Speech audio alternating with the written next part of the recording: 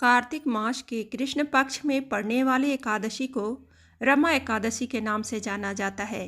हिंदू धर्म में एकादशी व्रत का बहुत अधिक महत्व है।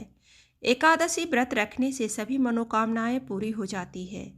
एकादशी के दिन विधि विधान से भगवान विष्णु की पूजा अर्चना की जाती है। तो कहानियों की क्यारी में आज की कहानी है रमा एकादशी व्रत कथा। पौराणिक कथा के अनुसार एक नगर में मुचुकुंद नाम के एक प्रतापी राजा थे। उनकी चंद्रभागा नाम की एक पुत्री थी।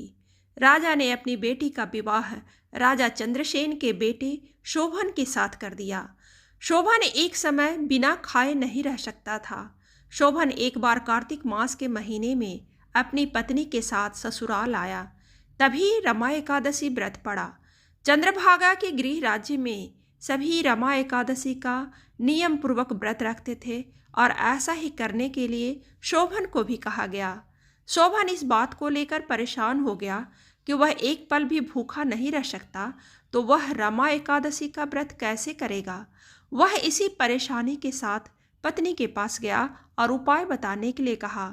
चंद्रभागा ने कहा कि अगर ऐसा है तो आपको राज्य के बाहर जाना पड़ेगा, क्योंकि राज्य में ऐसा कोई व्यक्ति नहीं है जो इस नियम व्रत का पालन नहीं करता है। यहाँ तक कि इस दिन राज्य के जीव जंतु भी भोजन नहीं करते हैं। आखिरकार शोभन को रमा एकादशी का उपवास रखना पड़ा, लेकिन पारण करने से पहले उसकी मृत्यु हो गई।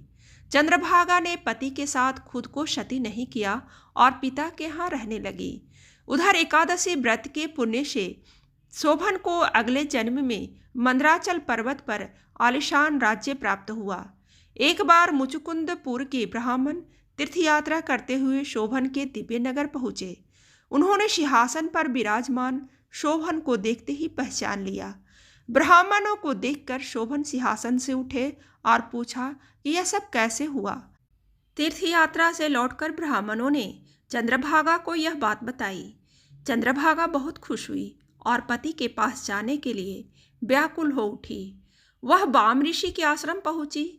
चंद्रभागा मंदराचल पर्वत पर पति शोभन के पास पहुंची। अपने एकादशी व्रतों के पुण्य का फल शोभन को देते हुए उसके सिंहासन व राज्य को चिरकाल के लिए स्थिर कर दिया। तभी से मान्यता है कि जो व्यक्ति इस व्रत को रखता है वह ब्रह्महत्या जैसे पाप से मुक्त हो जाता है और उसकी सभी मनोकामनाएं पूर्ण हो जाती है।